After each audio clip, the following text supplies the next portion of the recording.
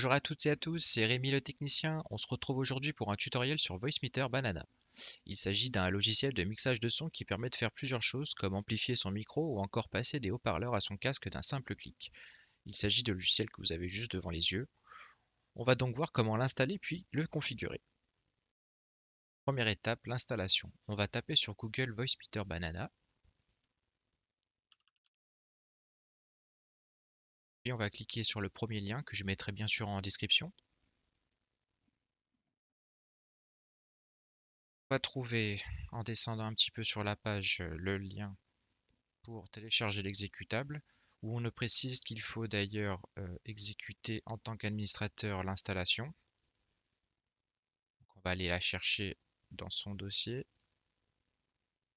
On va faire un clic droit, exécuter en tant qu'administrateur.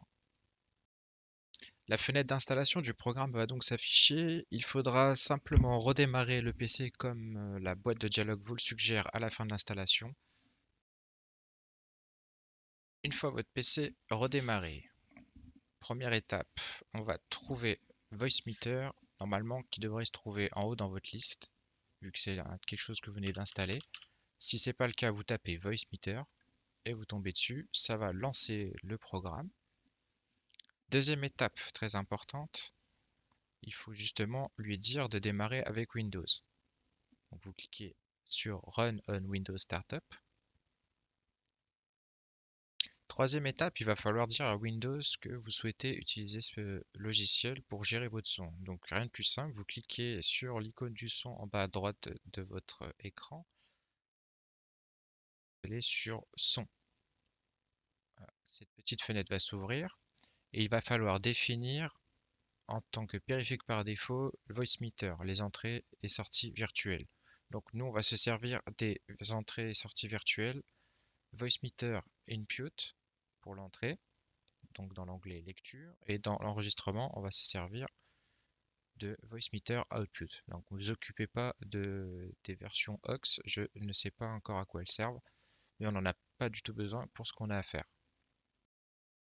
Une fois que vous avez mis Voicemeeter en tant que périphérique par défaut dans la lecture et dans l'enregistrement, vous pouvez cliquer sur Appliquer puis OK ou sur OK.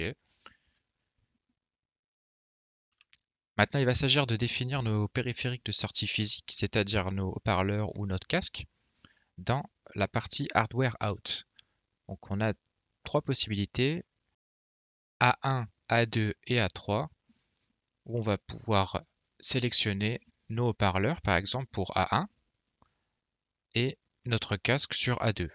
De cette manière, sur les entrées virtuelles, quand je sélectionne A1, le son sera diffusé sur mes enceintes. Tandis que si je sélectionne A2, il sera diffusé uniquement dans mon casque.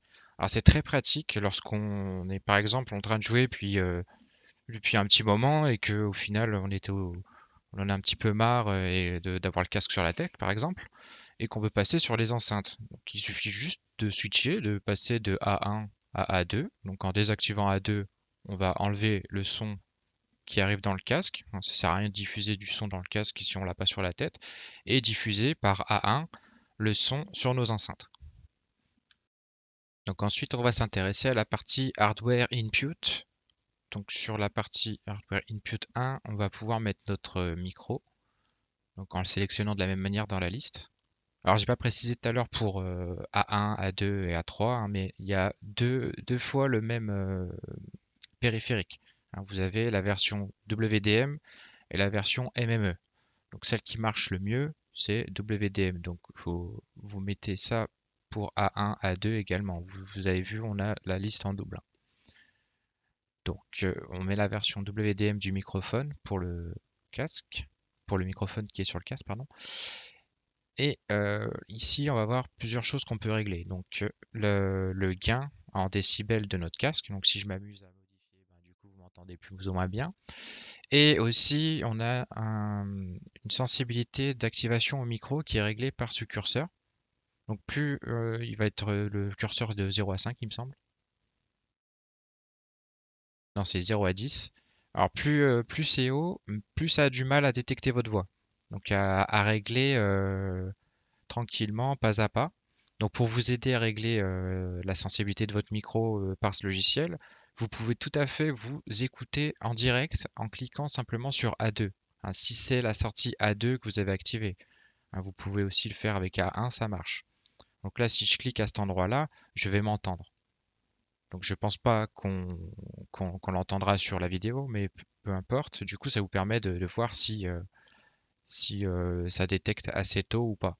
Et de la même manière, vous voyez, on a un graphique qui nous indique à quel niveau sonore on est en train de parler.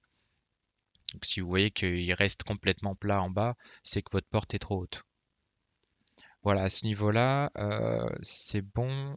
On peut parler rapidement de cette IntelliPan. En fait, en faisant clic droit dessus, on va avoir accès à 3 menus. Donc un menu de spatialisation de notre voix, ou de notre voix. Donc la mettant plus à gauche, plus à droite. Bon, je vois pas tellement l'intérêt, hein. Je pense que c'est plus pour les professionnels qui ont plus besoin de ça. Il y a aussi cet outil intéressant où en plaçant son curseur si on déplace le curseur rouge qu'on a ici, on va aller plus dans les graves. Là, vous allez entendre ma voix qui est un peu plus grave. Plus on monte, plus c'est grave, il me semble.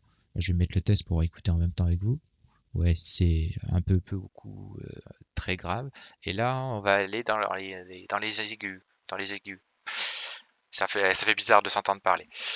Et vous avez aussi un truc assez drôle. Alors, on peut moduler notre voix en fonction de là où on met le curseur, ça déforme complètement la voix. Donc, ça peut être drôle pour rigoler avec les potes sur Discord, par exemple. Donc ça fait des voix un peu toutes bizarres comme ça. Ah, et il suffit après de juste double-cliquer pour réinitialiser la position du curseur et que rendre votre voix tout à fait normale. C'est le même principe pour si je mets pas de petit effet sur ma voix, c'est exactement le même principe. Moi, je le mets à peu près par là. Voilà. Donc, je pense avoir fait le tour de la question. Donc, n'hésitez pas si vous avez des questions à les mettre en commentaire. Je serais ravi d'y répondre et n'hésitez pas à lâcher un petit pouce bleu, ça fait toujours plaisir. Et je vous dis à la prochaine, c'était Rémi le technicien.